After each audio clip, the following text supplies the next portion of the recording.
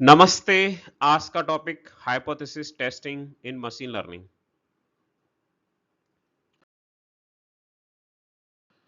तो hypothesis testing is a statistical method used to determine whether there is enough evidence in a sample of data to infer that a certain condition is true for the entire population. It is a crucial part of the statistical inference, allowing us to make informed decisions about populations based on limited sample data. इसका तात्पर्य हुआ hypothesis testing एक statistical method है जिसमें हम ये find करते हैं, एविडेंस फाइंड करते हैं किसी पर्टिकुलर कंडीशन के ट्रू होने की किसी पर्टिकुलर पॉपुलेशन के बारे में। एक एग्जांपल लेते हैं। माना हमने स्टूडेंट के एक सैंपल लिया, उनके मार्क्स इकट्ठे किए और उनके स्टडी आवर्स इकट्ठे किए। तो हमने एक एग्जाम वो कहा कि एक अजूमशन लिया, एक हाइपोथेसिस ली कि स्टडी आवर बढ़ाने से बच्चों का स्कोर बढ़ जाता है। तो स्टैटिस्टिकली हम इसे प्रूव करेंगे, इसे एवेल्युएट करेंगे क्या ये स्टेटमेंट सत्य है या असत्य है कि स्टडी आवर बढ़ाने से उनका एकेडमिक स्कोर बेहतर होगा या नहीं होगा। तो ये हाइपोथेसिस टेस्टिंग में करते हैं हम।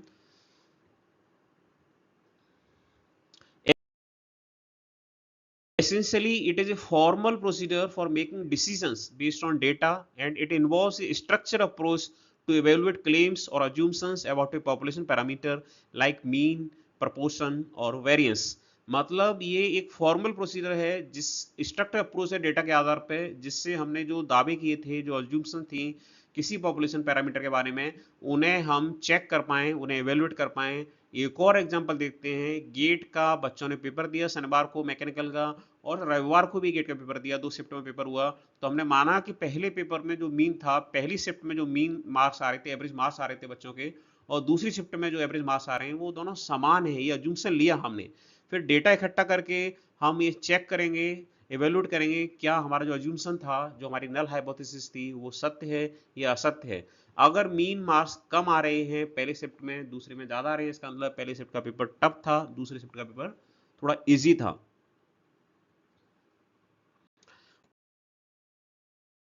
Core idea: hypothesis testing operates on the principle of trying to disapprove null hypothesis। Hypothesis testing में हम नल हाइपोथेसिस को डिसअप्रूव करने की कोशिश करते हैं। नल हाइपोथेसिस क्या है? Null hypothesis is statement of no effect, no difference और no relationship. It represent the status quo और the assumption that there is nothing interesting happening. Null hypothesis में हम ये अज्यूम करके चलते हैं कि जो वेरिएबल हम कंसीडर कर रहे हैं उनके बीच में कोई रिलेशनशिप नहीं है। उदाहरण जो था उसी पर लौट कर आते हैं कि स्टडी आवर बढ़ाने से बच्चों का एकेडमिक स्कोर चेंज होगा या नहीं होगा। तो नल हाइपोथेसिस मानते हैं कि स्टडी आवर्स का, पढ़ाई के घंटों का परसेंटेज पे कोई फर्क नहीं पड़ता। ये हम नल हाइपोथेसिस मान के चलेंगे, और हाइपोथेसिस टेस्टिंग में हम इसको डिसअप्रूव करने की कोशिश करेंगे नल हाइपोथेसिस की।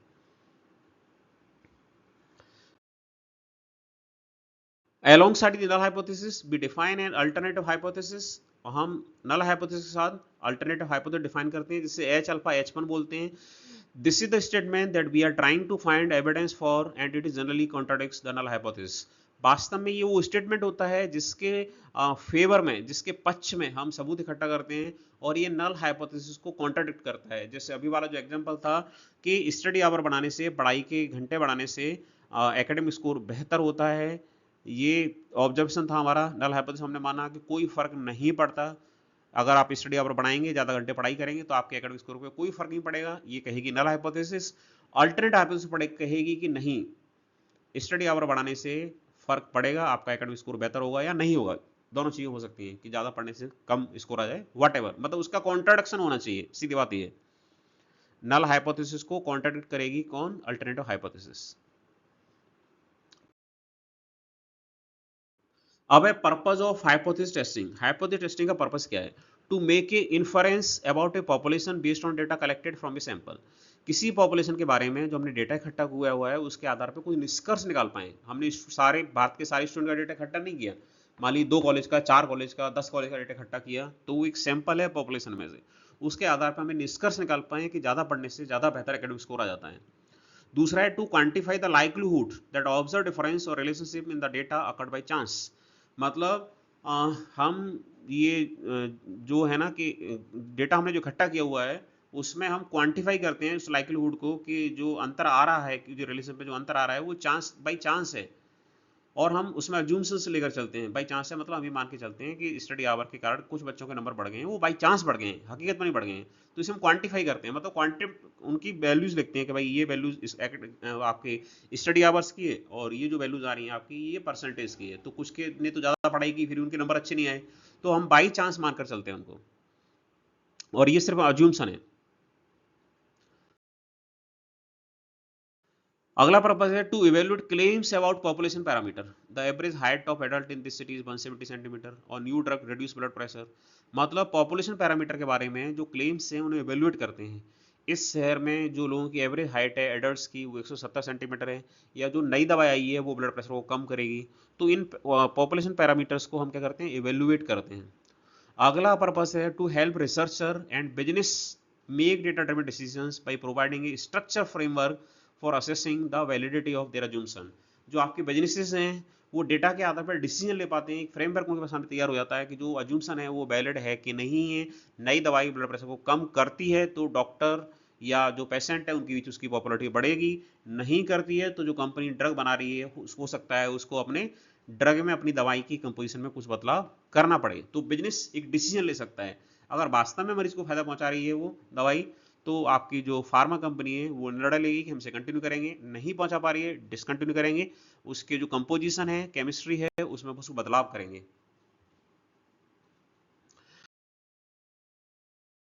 की steps in hypothesis testing. Hypothesis testing में कुछ की स्टेप्स रहते हैं। पहला है state the null and alternative hypothesis.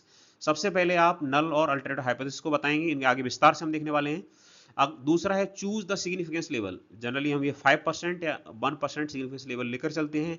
Next है select the appropriate test statistic, मतलब हम टी टेस्ट करेंगे या जेड टेस्ट करेंगे या कौन सा टेस्ट करेंगे उसे आप स्पेसिफाई कीजिए। फिर है collect and analyse the data, मतलब हमने डेटा इकट्ठा करना है और उसके आधार पर जो टी टेस्ट है या जेड टेस्ट करने वाले हैं या पी वैल्यू कैलकुलेट करने वाले हैं उसको कैलकुलेट करेंगे। फिर है डिटरमाइन द पी वैल्यू और क्रिटिकल रीजन, जो भी हमारा क्रिटिकल रीजन है उसको हम डिटरमाइन करेंगे। फिर उसके आधार पर मेक ए स्टेटिस्टिकल डिसीजन, हम स्टेटिस्टिकल डिसीजन लेंगे कि हमारी जो वैल्यू आई वो रिक्वायर्ड रेंज में आई कि नहीं आई। फिर ड्रॉ ए कंक्लूजन, फिर हम कंक्लूड कर पाएंगे कि हमारी नल हाइपोथेसिस ट्रू है या रिजेक्ट हो जाती है। इसको डिटेल में समझते हैं हम।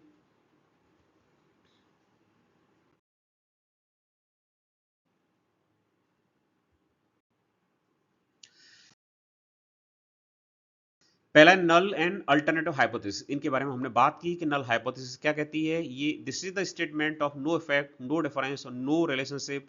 It is often formulated to include an equality. इसमें जनरली इक्वलिटी रहती है। हमने माना कि किसी जो पॉपुलेशन है उसके मीन आ रहा है 100 माना, या हमारा जो पॉपुलेशन का प्रोपोर्शन है वो 0.5 से कम है। अल्टरनेटिव हाइपोथेसिस को क्या करती है, कॉन्ट्रडिक्ट करती है। This is what you are trying to prove और फाइंड एविडेंस फॉर। ये असल में वो स्टेटमेंट है जिसे आप सिद्ध करना चाहते हैं या जिसके पक्ष में एविडेंस इकट्ठा करना चाहते हैं। It is the opposite of the null hypothesis. Null hypothesis हमने माना कि म्यू 100 है तो यहाँ हम मानेंगे म्यू 100 नहीं है। पी हमने माना लेस देन इक्वल टू 0.5 है तो यहाँ मानेंगे पी ग्रेटर देन 0.5 है। मतलब कॉन्ट्रडिक्शन होना चाहिए इनके बीच में। अगला है significance level. This is the probability of making type 1 error which is rejecting the null hypothesis when it is actually true. मतलब सिग्निफिकेंस लेवल वास्तव में क्या बताता है, टाइप 1 एरर की प्रोबेबिलिटी बताता है। मतलब नल हाइपोथेसिस को रिजेक्ट कर देना जबकि ये सत्य है, जबकि ये सत्य है। तो कॉमन वैल्यूज हम जो अल्फा की लेते हैं इसे हम अल्फा बोलते हैं, वो 0.05 या 0.01 लेते हैं, मतलब 5% या 1% सिग्निफिकेंस लेवल लेते हैं। मतलब टाइप 1 एरर के चांस केवल 5% या 1% पे रखते हैं। This value sets the threshold for how much evidence you need to reject H zero. तो ये एक थ्रेशोल्ड लिमिट बना देती है कि आपको एच जीरो को रिजेक्ट करने के लिए कितनी वैल्यू चाहिए।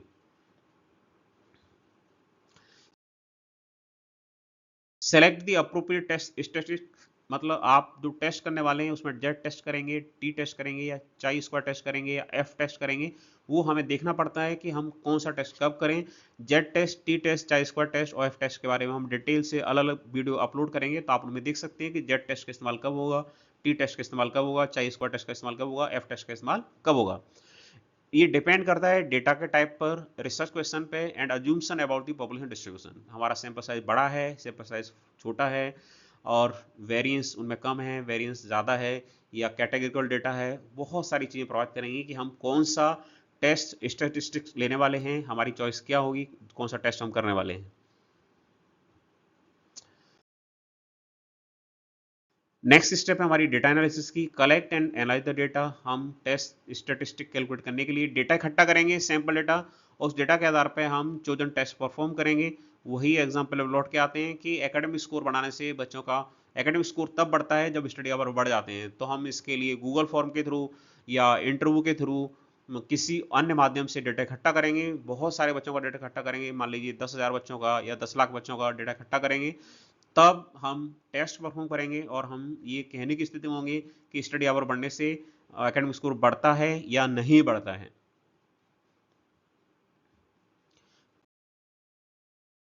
पी वैल्यू, तो हम फिर पी वैल्यू या क्रिटिकल रीजन फाइंड करते हैं। पी वैल्यू, जेड टेस्ट, इन सब के बारे के लिए आप अलग अलग वीडियोस भी देख सकते हैं।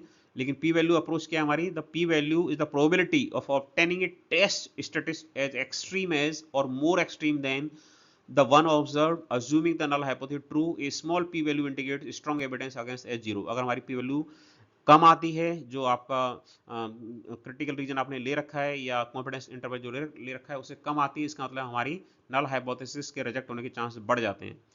Critical region approach, this involves defining a rejection region based on the significance level and the distribution of the test statistic. If you calculate the test statistic falls in this region, you reject at zero।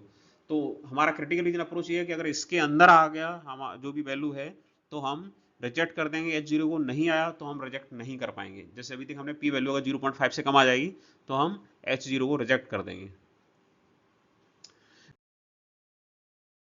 Make a statistical decision, decision कैसे लेते हैं, P value alpha से कम है, reject the null hypothesis. This means there is statistically significant evidence to support the alternative hypothesis. मतलब हमारे पास statistically पर्याप्त सबूत हैं अल्टरनेटिव हाइपोथेसिस को सपोर्ट करने के लिए।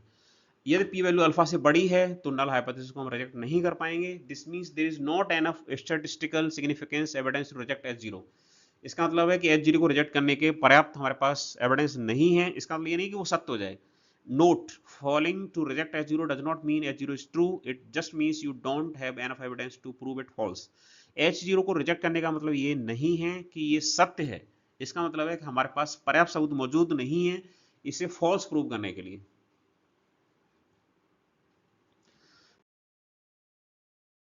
फिर हम कंक्लूजन कर पाएंगे। Translate your statistical decision back into the context of your research question, explain what your findings mean in practical terms. मान लिया हमारी पी वैल्यू 0.5 से कम आ गई तो हम ये कह पाएंगे कि स्टडी आवर बढ़ाने से बच्चों का एकेडमिक स्कोर बेहतर नहीं होता है। ज़्यादा आ गई तो हम अपना कंक्लूजन कह पाएंगे कि हाँ, स्टडी आवर के बढ़ने से बच्चों का एकेडमिक स्कोर बेहतर हो जाता है।